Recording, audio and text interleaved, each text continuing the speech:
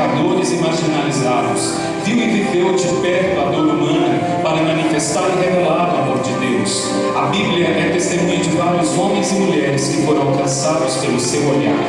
O cego que morava em Jericó, ao receber milagrosamente a visão, passou a dar louvores a Deus.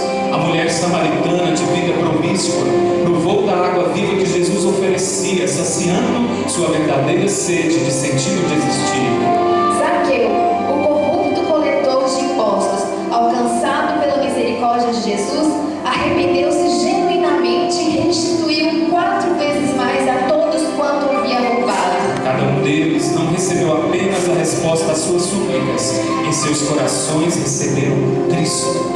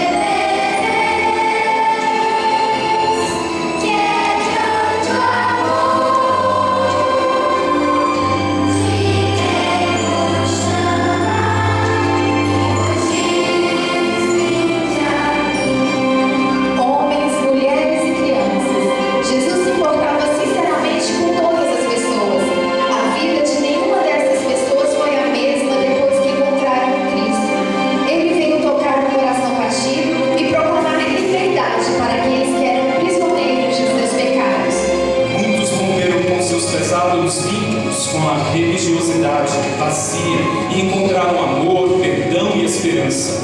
E você, com os olhos da fé, já foi alcançado pelo maravilhoso olhar de Jesus? Há nele um lugar para você começar de novo.